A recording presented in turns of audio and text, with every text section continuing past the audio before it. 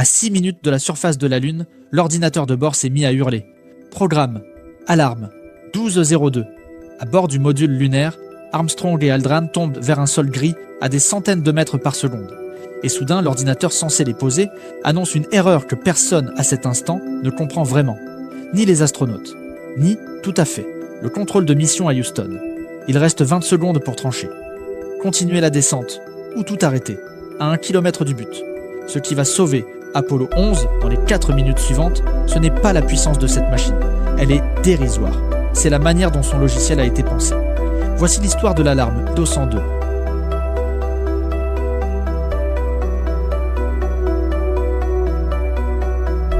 « 1961.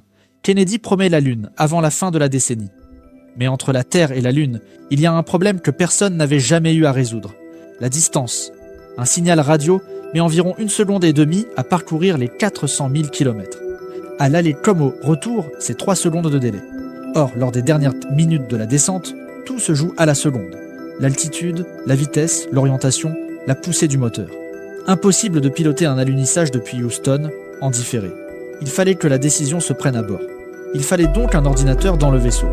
En 1961, l'idée tient de la science-fiction.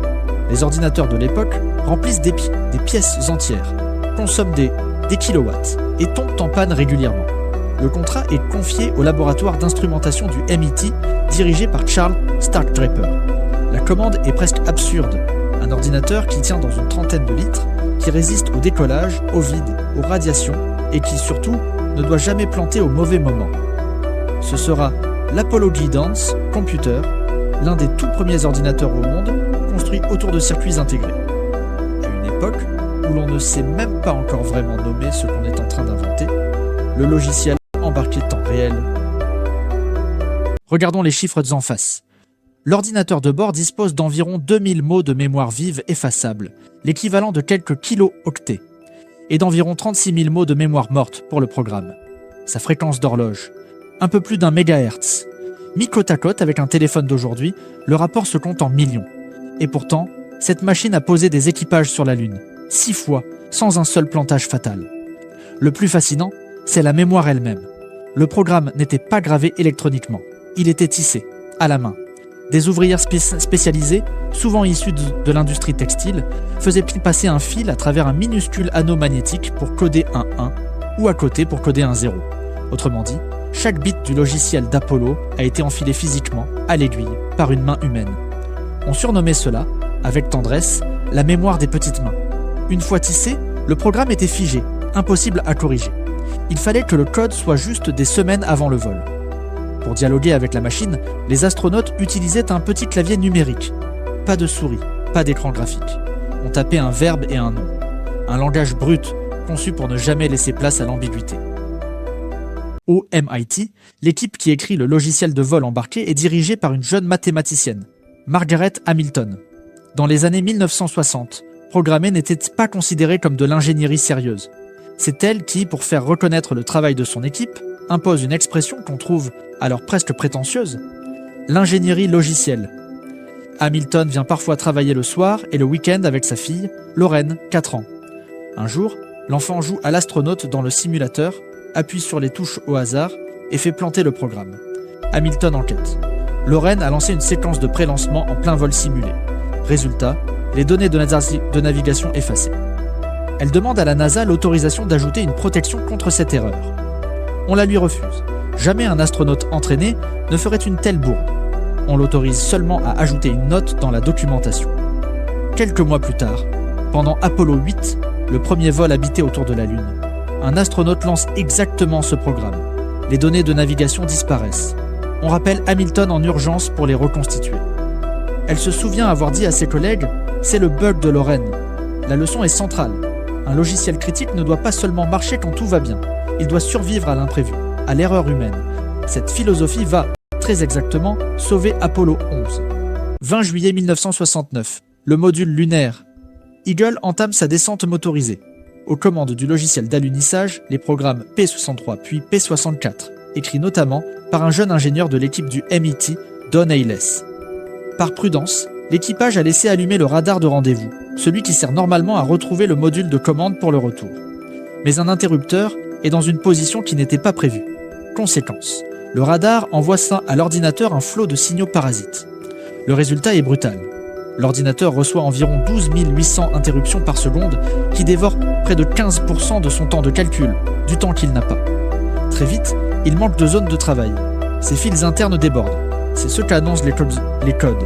1202, débordement de l'exécutif, plus de zones de travail. 1201, une variante du même problème. Et c'est ici qu'interviennent deux contributions distinctes qu'on confond souvent à tort. D'un côté, l'architecture. L'exécutif de l'ordinateur, son ordonnanceur, a été conçu par un ingénieur trop peu cité, Hal Lanning. C'est lui qui imagine un système capable d'exécuter plusieurs tâches en parallèle, chacune avec une priorité, et de redémarrer proprement en cas de surcharge, plutôt que de se figer. De l'autre côté, le logiciel de vol qui s'exécute là-dessus, le jour J. Il est écrit par l'équipe de Margaret Hamilton, avec, pour l'alunissage, le code de Don Hales. C'est ce logiciel qui met l'architecture de Lanning à l'épreuve du réel. Détection d'erreurs, récupération et ces fameux affichages prioritaires, pour que l'essentiel reste à l'écran quand tout déborde. À chaque alarme, le système jette les tâches secondaires, se réamorce et relance immédiatement les tâches vitales, le guidage, le pilotage, l'affichage, à partir de données sauvegardées, sans perdre la navigation, en une fraction de seconde. Autrement dit, sous une charge qui aurait dû tout faire planter, l'ensemble sacrifie l'accessoire pour protéger l'essentiel. L'alarme qui hurle n'est pas une panne, c'est le système qui se sauve lui-même, en direct, plusieurs fois de suite. À Houston, l'alarme tombe au pire moment. La règle est simple et terrible. À la moindre anomalie sérieuse, on interrompt, on rallume le moteur, on remonte, à bord. Dans la salle, un officier de guidage de 26 ans, Steve Bales, doit donner un avis immédiat.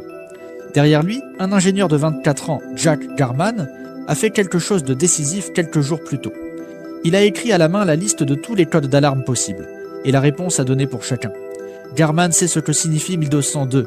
Il sait surtout une chose, tant que les alarmes ne sont pas continues, tant que l'ordinateur a le temps de redémarrer entre deux, on peut continuer. Il lance, dans la boucle, Geo.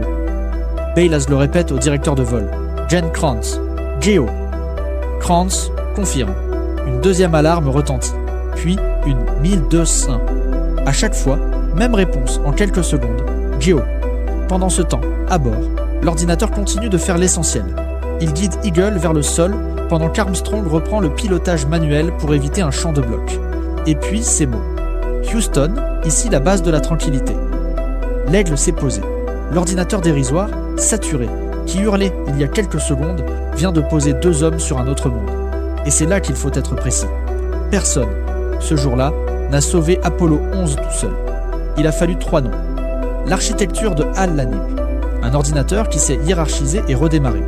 La robustesse du logiciel de vol de l'équipe de Margaret Hamilton. Détecter l'erreur, récupérer, garder l'essentiel à l'écran. Et la décision humaine de Garman, Bales et Krantz, faire confiance à la machine au pire moment. Retirer n'importe lequel des trois, et Eagle remonte sans s'être posé. Ce qui a sauvé Apollo 11, ce n'est donc pas la machine, et ce n'est pas une seule personne. C'est une idée d'architecture logicielle portée par toute une équipe, priorisée et redémarrée sans tout perdre. Une idée qui paraît évidente aujourd'hui, parce qu'elle est partout. Mais si nous parlons surtout de Margaret Hamilton, ce n'est pas pour effacer Lanning, ni Hales. C'est parce que son rôle a été longtemps minimisé, comme l'a été toute une discipline. La réhabiliter, ce n'est pas réécrire l'histoire, c'est la compléter. 3 ans plus tard, en 1972, la NASA fait voler un avion entièrement piloté par un calculateur numérique. Premier vol au monde sans liaison mécanique de secours. C'est l'ancêtre direct du fly-by-wire, qui équipe aujourd'hui la navette spatiale, les chasseurs et tous les avions de ligne dans lesquels vous montez.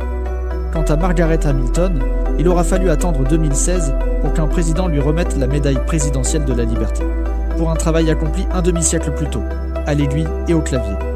L'empreinte est toujours là-haut, intacte, et sous elle, invisible, il y a des lignes de code et la rigueur de ceux qui les ont écrites.